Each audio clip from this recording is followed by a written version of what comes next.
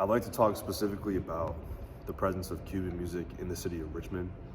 The last time we talked about clave, the history of clave, the history of the music, and then now, if we direct the conversation to its presence in Richmond, that'll be the final thing that we need. Okay. So my first question is, what have you noticed about clave rhythms, Cuban music in the city of Richmond? Well, there isn't much of that here in Richmond. You may have a Cuban, someone of that culture pass by, maybe have a relative or a spouse that lived here, maybe they're here for that reason. For example, there was a friend of mine from Cuba that was here for a while, and he was a drummer, conga drummer, very strong, very good, and of course he's not here anymore. There would be a fellow from Fredericksburg that came down. I took a lesson from him as well. So you're not going to find much of that culture here in Richmond. My belief is that they would prefer to be in the circle of what they grew up with in familiarity. And that's not necessarily here. So not much of that Cuban music and culture here. Now you do have Hispanics from Puerto Rico and other places, Dominican Republic, let's say, that do the music, but you're not going to find much of the Cuban culture here. And some of the Cuban culture involves not just son music, rumba music, but mostly folkloric, which is with the bata, which is very religious music, Santeria, Yoruba. That you're not going to find here because it's very sacred. You may find it up north, you may find it in Miami, but you're not going to find it here because there's not enough of it for anyone passing through to want to stay, if that makes any sense. Yeah. Now, before you move on, now I learned it while growing up in New York City, and I stayed here for several reasons, meeting my wife, getting a job here, just kind of planting my roots here. But I learned all my Cuban rhythms and music from New York. Being an African American, I can dwindle between jazz, R&B, gospel, and even country music. So because I had that diversity, I stayed here playing different styles of music, and my Afro-Cuban training has come into play where I would teach other people what I knew. And when I say other people, they weren't Cuban. They were either, Puerto Rican, some of them knew the idiom. It would be an African-American brother that played R&B. It would be a brother that, or someone that played jazz or gospel. And these people actually played in my band, but they didn't have the foundation of the Afro-Cuban clave. And I had to teach them what I knew, and even at that, it didn't gel. So as opposed to me trying to fit a circle in a square or a square in a circle, I had to go along with what they knew. If you were a jazz artist, I would have to kind of give you a rhythm on your guitar or piano that was in clave. If you were classical, I had to do the same thing, even if you played whole note sustained chords, because it was too frustrating trying to teach him what I grew up with. See, you have to kind of nurture, you got to be in it to really feel it. I can tell you what the rhythm is, but it's not going to lock. Even the bass players, most of the montunos or the tumbaos, the bass player would be on the end of 2 and on 4. And you can also do it on 1. So in other words, what I'm saying is 1, 2, 3, 4, 1, 2, and 3, 4, 1, 2, and 3, 4. A lot of bass players who weren't used to that 4 would drop 2, they would play a 1, 2, and 3, 1. They would go back and say, because they would feel the tonal point not on 4, but on 1, because they weren't used to in their spirit. You can read it all day long, but if you got to put that book away, put that music away, and just throw your head back and let groove with the rhythm section. And so a lot of cats that I ran into, whether it be a jazz bass player, R&B bass player, they could not hold it long. They didn't feel it. So yeah. That's that. Okay. So you wouldn't say that the connection of clave and Richmond would be a close one? No, not really, not at all, not at all. they really didn't understand the depth of the clave, what that really means. Because we all know 1, a 2, a 3, a 1, 2, a 1. Okay, we got that. But to feel all the parts that go with it, around it, be it the parts being the timbale casquera part, the horn inflections, the melodies, whether it be an instrument or a voice, the piano montunos, all of those things have to lock in the clave without the clave being present. But the music is written around the clave. So that is a whole culture by itself. It's classical in its own way. Just like guys study classical music. Yeah. It is something that you can't get around. You got to really have to be in the culture and understand it. And it's not impossible for someone who didn't grow up with it to really adore it and be an aficionado of the music, but you have to do your homework. For example, the guys I trained, very few of them ever really listened to the music, away from what I taught them. You know, you would have to go online, study music, if you were really interested. And I'll give you an example. The only person I ever taught in Richmond, a Caucasian fella, young fella, I gave him lessons at the Glen Island Cultural Arts Center. He's the only one that ever went further from what I was teaching him. I would say, yes, I'm teaching you, but go get another opinion, perspective from someone else. That boy grew to where his father took him to New York to see what we call the Conga Kings. I believe it was Candido, Patato, and Giovanni Hidalgo. One of the major master congueros on the planet. Father took him to see that. He brought back records that I was listening to when I was growing up. This is what you have to do if you really want to be down with it. And his playing excelled. He's the only one that had the nuances of playing a conga. Because you got guys who can play a beat, but he had the right nuances, which is like a heel toe and a feel. You know, you got to have that. So it was like as if it was my son. I was passing it on to him. The only guy out of all the people I ever taught in Richmond that ever picked it up, and he's from here. So that's letting you know that's not impossible. But if you have the passion for it, you will seek it out. And that's exactly what he did. And he also got lessons from another guy in town from Biorhythmo. I think it was Gabo. So yes, it can possibly happen. It hasn't happened often, not at all. But I gave you one example where I felt like, okay, this is not impossible. Yeah. But the guys I work with, older guys than that boy, they knew either djembe, African drumming, and they can play a conga, but they didn't know the idiom, man, and that's the whole ball game. So I would tell them, when you play my arrangements, don't do the breaks, just keep time. Don't do nothing fancy, because your fanciness or your ad-libbing comes from a different genre of music.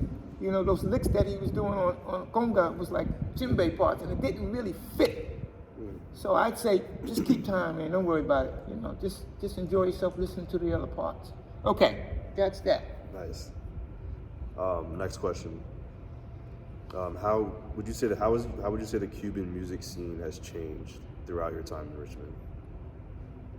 The Cuban scene, there is no Cuban scene in Richmond.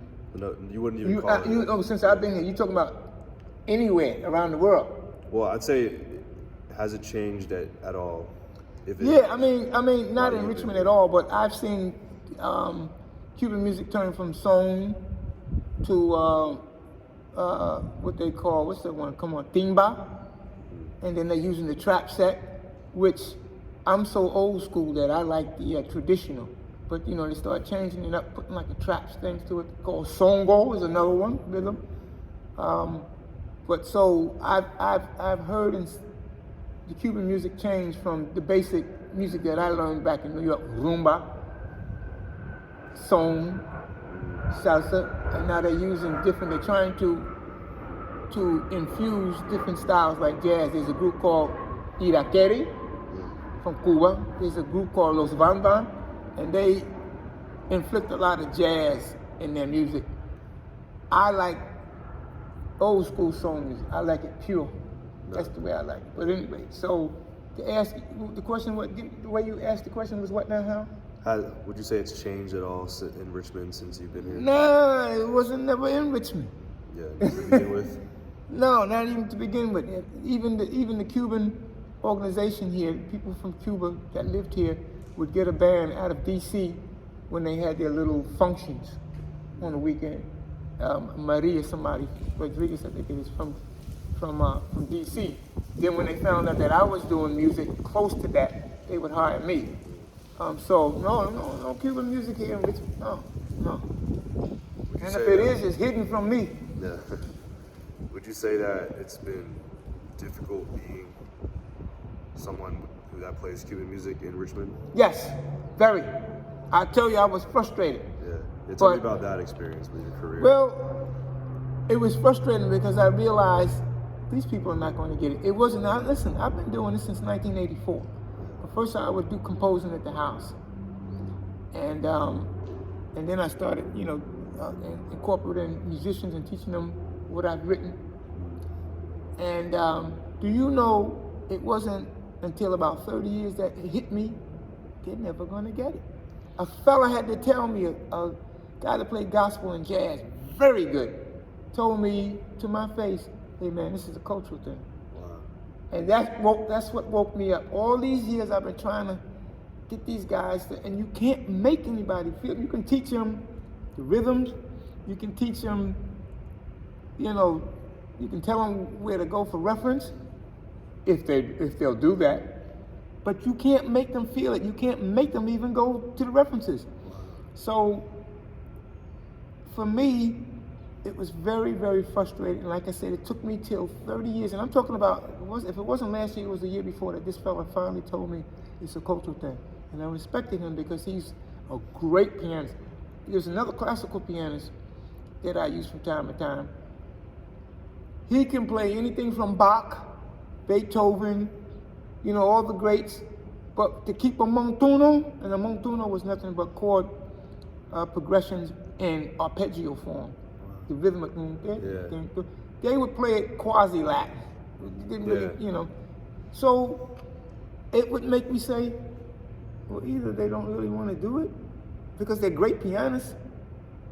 And when that fella told me what he told me, I said, 30 years of frustration, that's it. I grew up with it in New York, around me, hearing from people's windows, from their cars, in the park, Central Park. On Sundays, I would go do rumbas with congas. I would listen to the radio station, Felipe Luciano, I think it's WRVR and Roger Dawson. These are the things I grew up with, certain records I would buy. I even went in a store when I was younger, when I first got into it. Because I didn't understand the language, the Spanish language, I would say to the record store owner, do you have any music that's instrumental? Because I don't understand the language. I wasn't trying to be, offending the culture. I just said, I didn't know my things to do. Do you have anything that would, that's just instrumental but sound Latin? He gave me a record called Ti Mombo by Tito Puente, and some other percussionists like Willie Bobo, Mongo Santa Maria. I think it was, if it's not Armando Peraza, it was Jose Manuel, Bobby Rodriguez on bass. That was like, it was all instrumental, but it was a drum album. So there was some solos going on with drums, either timbales, or timbalitos, the small timbales, bongo, or congas. And I think he did some vibes too. I enjoyed that album.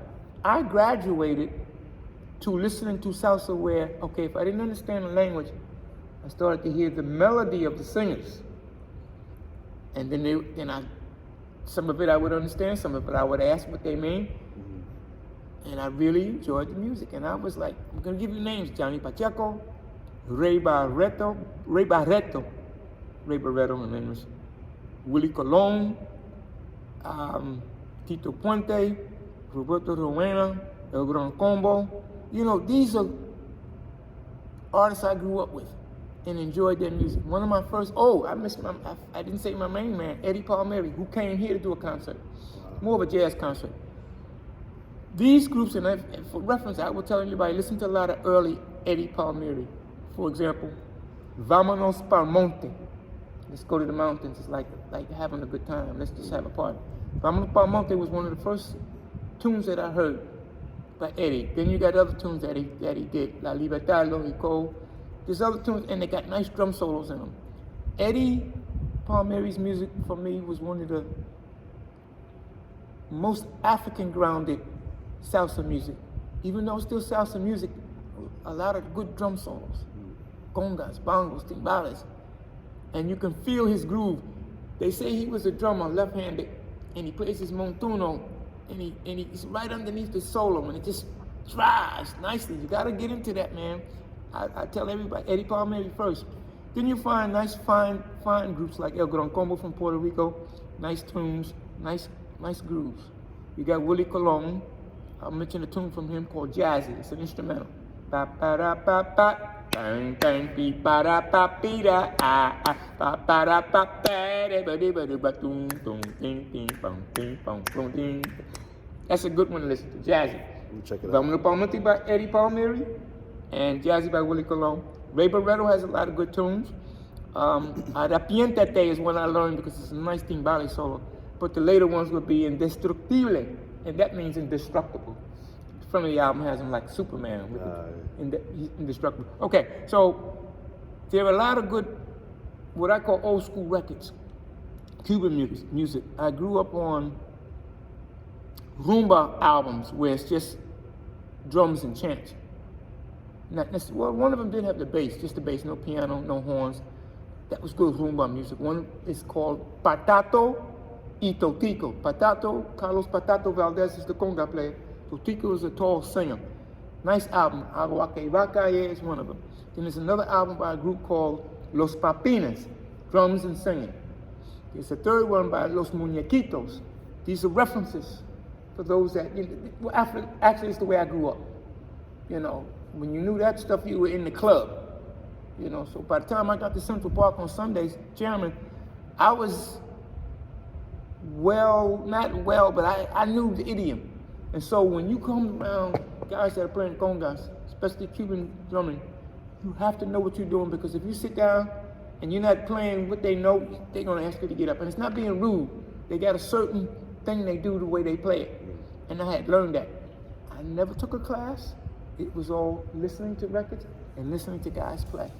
All live. I would go to a dance club in the evening, a salsa dance club, and I'd watch, people dancing and bumping into me, and I'm watching the percussion section. The bongo player, the timbale player, and the conga player, and see how they work together as one, like a trap drummer. These three guys work as one. They're not just parts in 4/4. They have to fit in the clave. And then, of course, you got the horns, the bass, and piano, montuno. It's a beautiful thing, man. So, all of that to say, in Richmond, you're not going to find that here. There's no hunger for that. You have to be around it, except for the fella that I taught that broke the mold and went and learned it. And he enjoyed the bass lines, the montunos, and all that. So, yeah, so the passion for it can make you learn it, even if you weren't. Yes, you got to have a passion, because number one, I'm going to tell you, especially those who don't speak Spanish, the first thing, if you hear somebody singing in Spanish, because you don't understand the language, you already are tuned out somewhat. If you can get into the rhythms and don't, because there's been clubs around Richmond, and probably still is, where they have salsa night, and it was growing in Richmond. So yes, DJs were playing salsa music, and if you didn't understand the language, you were grooving with the rhythms. So yes, that can happen. But I believe for even my people back home, once they heard the language, they didn't, especially if they were into R&B a lot, But I'd say, no, listen to this music, man. There's an instrumental by Eddie called 17.1, 17.1. Instrumental, nice. I'm giving you these references because I want you to check it out. I want you to pass it on. 17.1 by Eddie Palmieri, Vámonos Palmante by Eddie Palmieri, Jazzy by Willie Colon. And I said Indestructible by Ray Barretto, or Ray Barretto. Okay, next question. Did I answer that one? Because I'm forgetting what the question was. I went off on a tangent. Yeah, no, definitely. The tangents are great.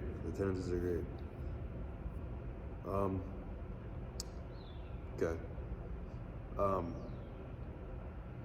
feel like you've touched on this a little bit, but what would you say is different between the way Cuban music is played, presented, and experienced by audience members in Richmond versus in Cuba itself. So if you have an actual club in Richmond where people are playing Cuban music, how would that whole experience, that whole environment be different? Well, Richmond had brought a group called, I believe it was the Cuban All Stars. Forgot the leader's name, but and there, for some reason, people knew about that style. I believe it was a group prior to them that kind of helped bring it here called the Buena Vista Social Club.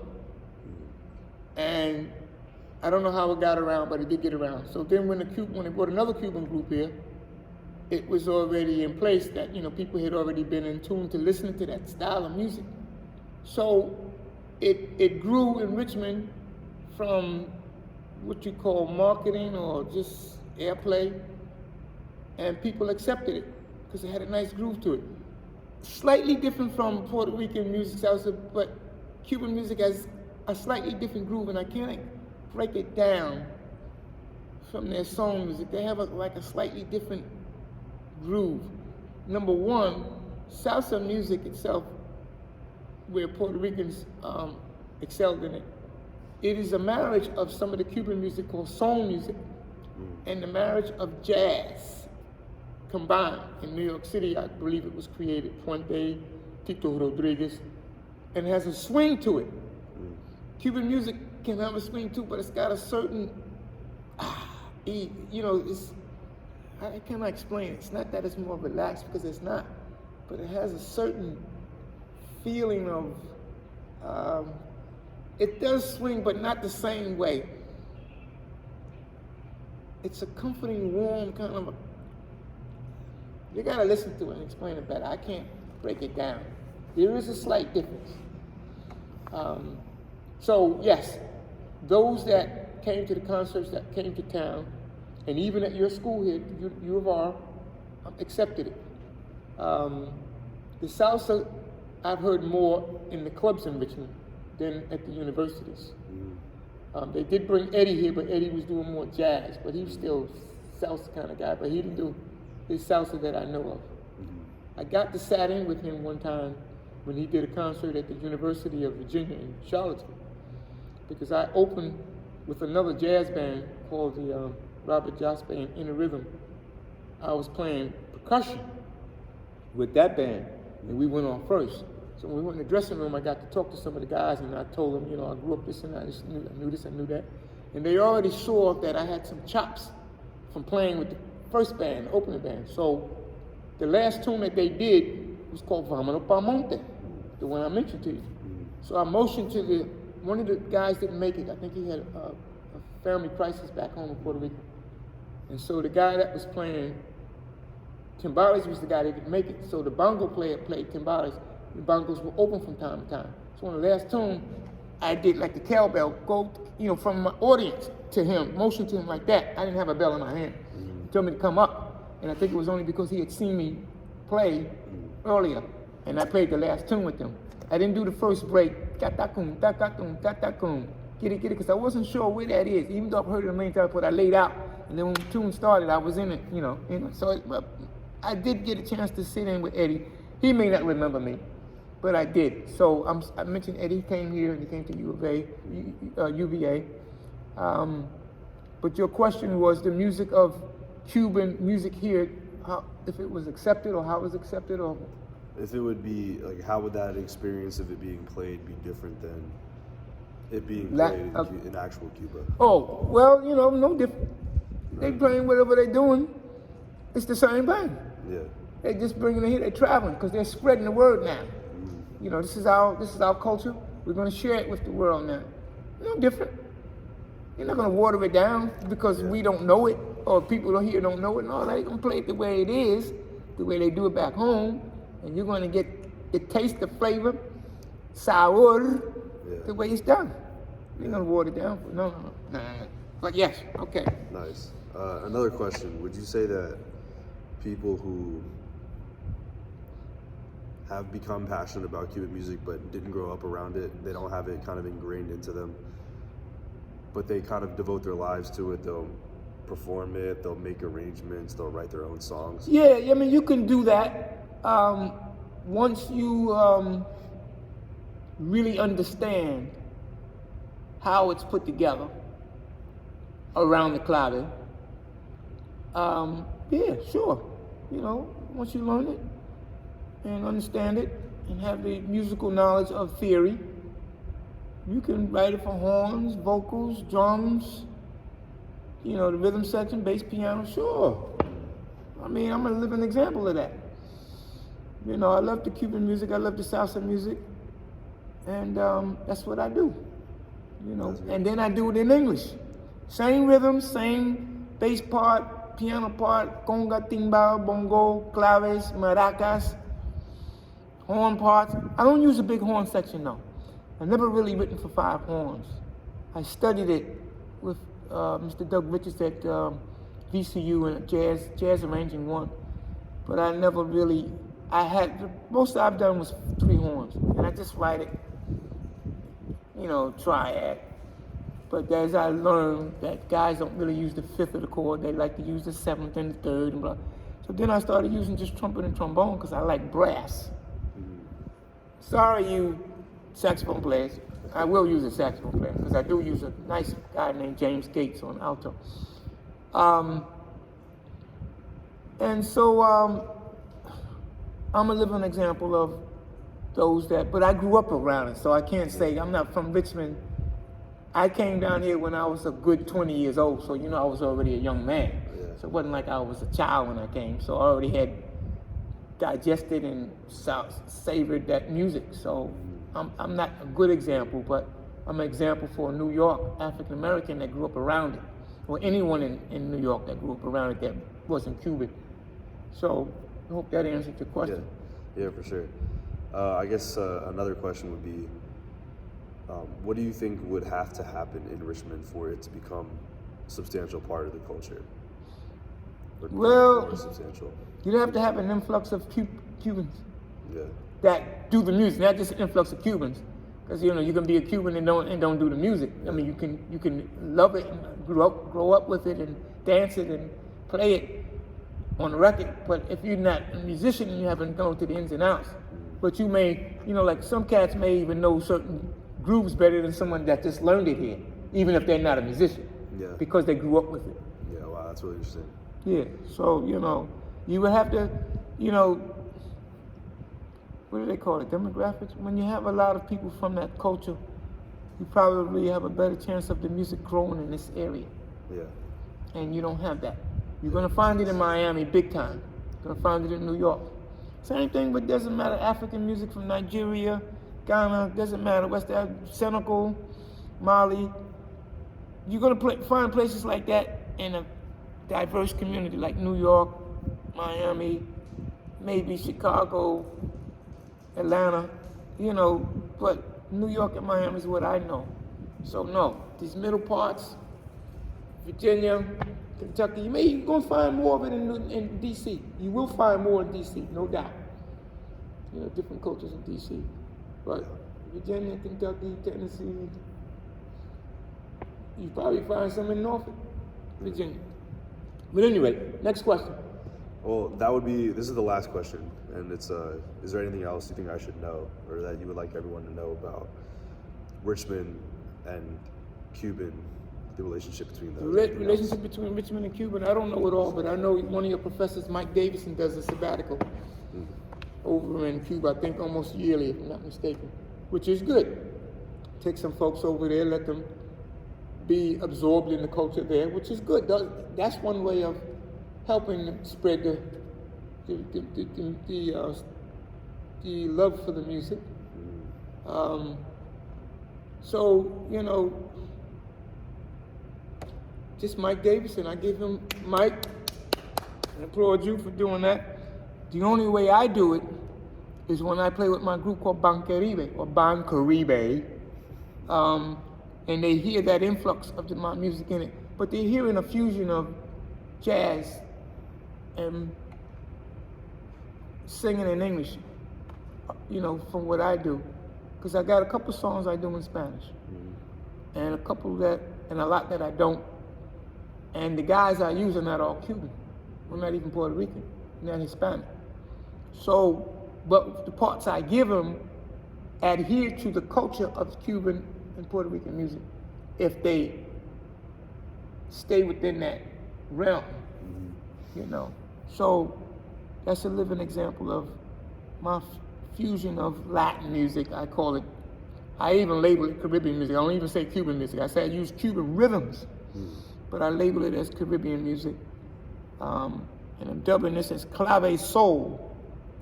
So if anybody else picks up on it, I'm copywriting it right now. And then I'll get to the copyright office another time. But clave soul is what I'm dubbing my style of music. Yes, sir. Because it has the clave and it has a lot of R and soul and R&B in it. There's some, I'm gonna do one for you that I wrote in Spanish called La Rumba. Ding ding ding bong bo ding ding bong. Do dee ba do do. Ding bong bo ding dong dong da dum ba dum pam pam. Rumba. Llegó la rumba. Do dee ba bam bam. Rumba wa wanko. Do dee bom dum rumba. Llegó la rumba, dum, dum, dum. La rumba mambo, dum, dum, dum, dum. Los africanos vengan rumba, ding, ding, ding. Las tumbadoras y las claves, ba-da-da-da-da. Cuando la mongocero toca, la gente bailan.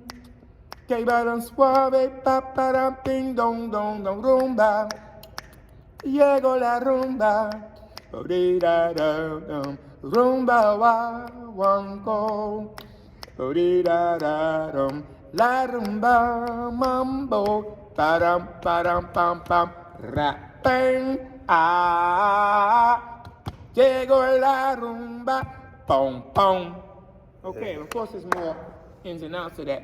But just so you understand, when I said rumba wawanko is basically the rumba they use in Cuba. They go tum, tum, tum, tum, from low drum to the high drum. Low, high, low. That's the melody. Low, high, low. So on the other side of the clave.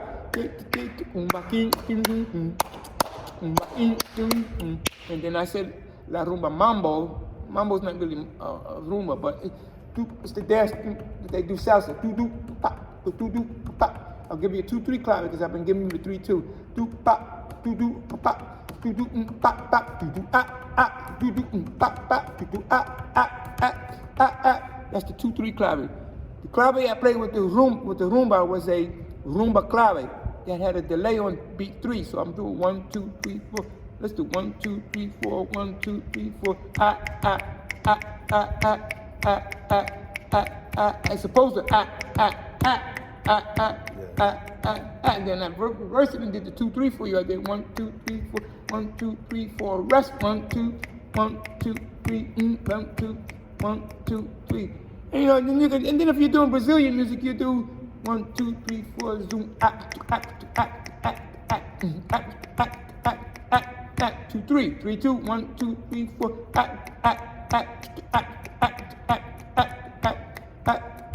so those claves. There are a lot of claves, but you know we're basically talking Cuban and salsa music. Now you also have a clave in African music, where basically all of this music I'm talking about, Cuban music, Brazilian music, salsa music, comes from Africa. The basic would be the that's the clave. So if I'm doing 1, 2, 3, 1, 2, 3, 1, 2, 3, 1, 2, 3, that clave is where the other claves came out of. And then you got the zig, dig, zoo, back, doom, bing, bang, zoom, bing, bang, bang. And the cascada and salsa music was that. It's another study, man. I'm running my mouth now. I'm going overboard here. But, you know, that's another study. That's a percussion class. If I ever do a percussion class on those rhythms, then we talk about that. But I'm going to get back to my wife, if that's okay by you. We good? Did you get enough? That was perfect. That Okay. was awesome. I'm excited I'm going to transcribe the interview and everything. Yeah. Fantastico. Mark? Thank you so much. I appreciate it. My brother. Yes, sir. All right. Thank you, man. That was great. Yeah? Mr. David.